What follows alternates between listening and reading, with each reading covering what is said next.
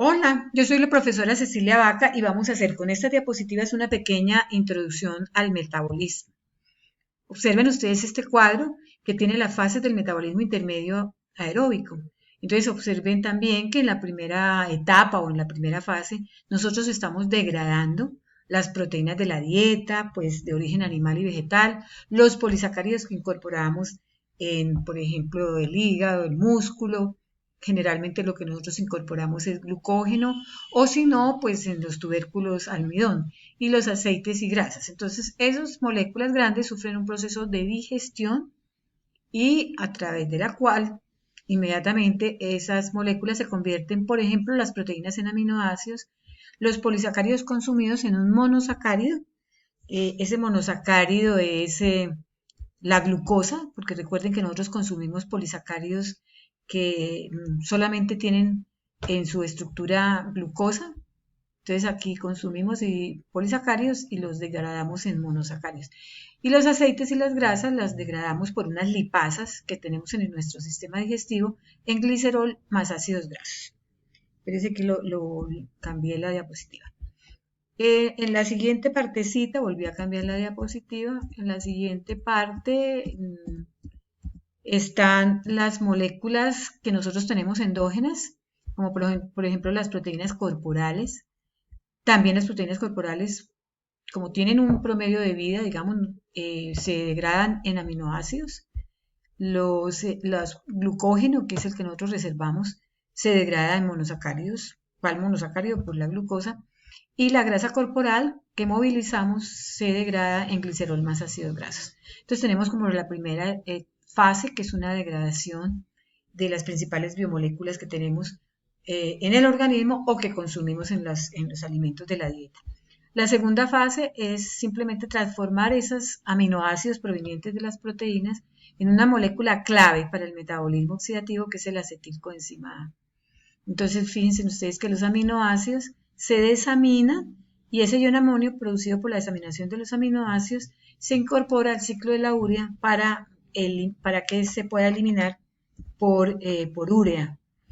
Los esqueletos carbonados son los que se convierten en acetilcoenzima A. En cambio, los monosacáridos como la glucosa, a través de una vía metabólica que pues, ya hemos oído mencionar, se transforma la glucosa en piruvato en el citoplasma. El piruvato se oxida y forma acetilcoenzima A. Y el acetilcoenzima A es la molécula clave que nosotros necesitamos para continuar oxidando los átomos de carbono de estas moléculas que les consideramos combustibles. Y los ácidos grasos lo mismo, se degradan por una vía metabólica que se llama beta oxidación y me produce la molécula clave. Entonces tenemos que en la segunda fase los monómeros se convierten en acetilcoenzima A. Y en la tercera fase, que está aquí abajito, en la tercera fase el acetilcoenzima A es el abastecedor del ciclo de Krebs. Se realiza esta vía metabólica, se produce CO2, porque ya muchos átomos de carbono de esas moléculas se han oxidado hasta CO2. Este CO2 rápidamente se elimina por respiración pulmonar. Y a través del ciclo de Krebs se produce NAD reducido, FAD reducido, y esas coenzimas reducidas hacen otra vía metabólica importante que se llama cadena respiratoria y fosforilación oxidativa, a partir de la cual se generan grandes cantidades de ATP y el último sector es el oxígeno para formar agua metabólica que se incorpora en el citoplasma de las células para que se puedan seguir realizando todas las vías metabólicas. No olviden que todas las vías metabólicas requieren de la presencia de enzimas y que se hagan en un medio acuoso. Este cuadro también presenta como las dos características, espérense que yo no sé por qué me estoy pasando la diapositiva. La línea continua azul representa las vías metabólicas catabólicas, degradativas, en algunas veces oxidativas. Las vías que se representan con una rayita azul pero punteada son las vías anabólicas.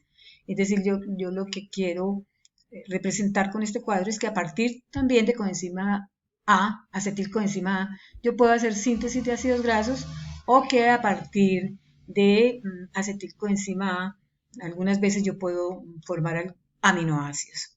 Y en rojo una flecha roja, gruesa, significa digestión, ¿no? Entonces nosotros lo que hacemos es digerir las moléculas exógenas que consumimos en los alimentos de la dieta.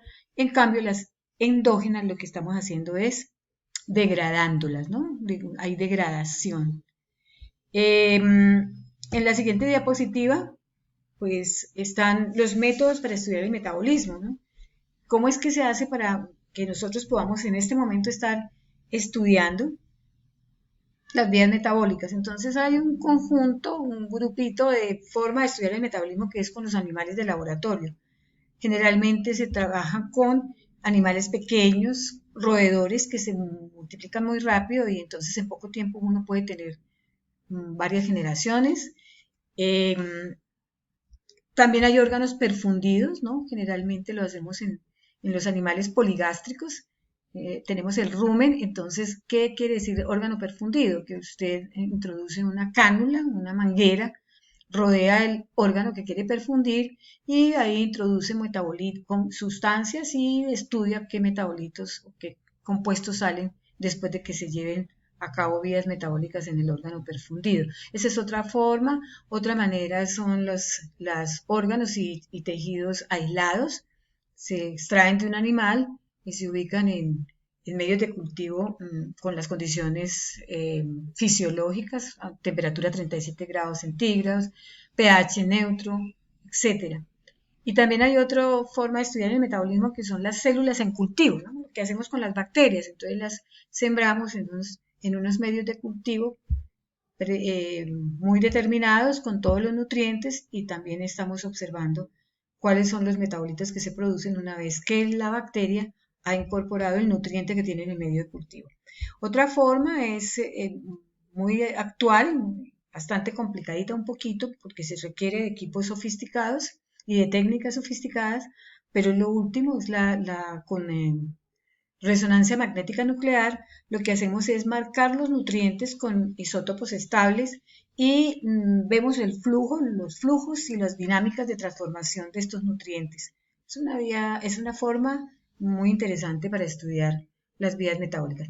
Y un poco rudimentaria es esta que nosotros probablemente íbamos a hacer en el laboratorio experimentalmente cuando vayamos a trabajar o cuando íbamos a trabajar enzimas industriales,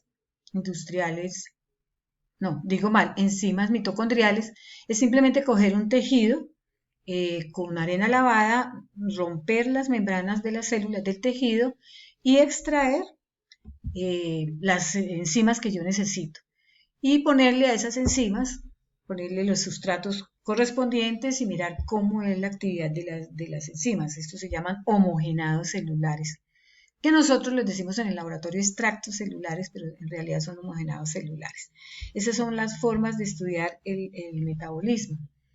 Aquí simplemente tenemos las dos vertientes del metabolismo, ¿no? El catabolismo, que es simplemente coger los carbohidratos, en el caso concreto glucosa, los lípidos, pues los ácidos grasos, y de las proteínas, pues lo que utilizamos son los aminoácidos y por vías metabólicas degradativas, generalmente oxidativas, los productos finales son CO2, agua y amoníaco. Ya sabemos que el amoníaco se incorpora al ciclo de la urea y se transforma en urea y se lo podemos eliminar y que el CO2 se elimina por respiración pulmonar.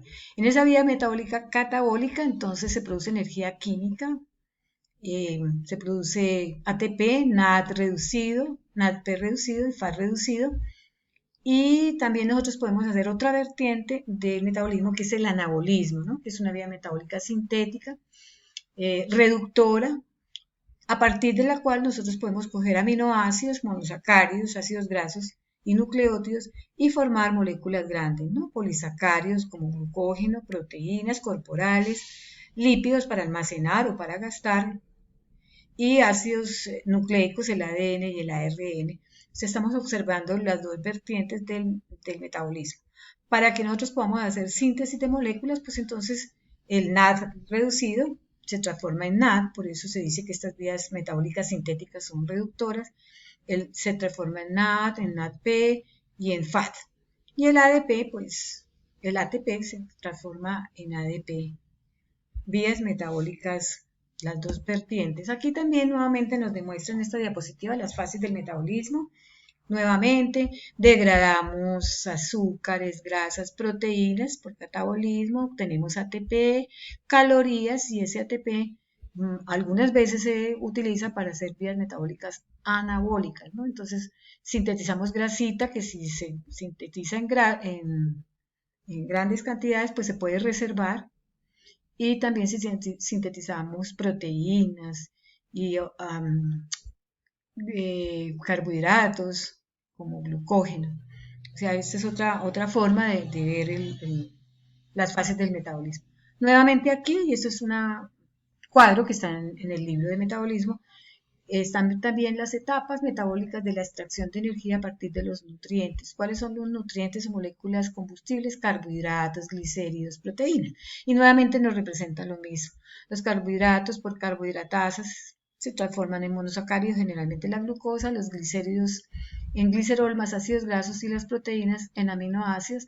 Se desaminan los aminoácidos, se queda un esqueleto carbonado, se forma acetilcoenzima A, de los ácidos grasos se forma por beta oxidación acetilcoenzima A, los monosacáridos forman piruvato, el piruvato se oxida a acetilcoenzima A, el acetilcoenzima es la molécula abastecedora del ciclo de Krebs, se hace el ciclo de Krebs, se produce CO2 cuando los átomos de carbono de esas moléculas han terminado de oxidarse, NAD reducido, FAD reducido, y esas coenzimas reducidas hacen cadena respiratoria y fosforilación oxidativa para producir agua, pero ATP. Recuerden que el ATP lo utilizamos para todos los eventos moleculares, para la contracción muscular, el impulso nervioso, para procesos de biosíntesis de moléculas y también para el impulso nervioso. Acá están la clasificación de las vías metabólicas rápidamente. Hay vías metabólicas lineales, miren, donde todas las reacciones están catalizadas por enzimas que funcionan en una dirección.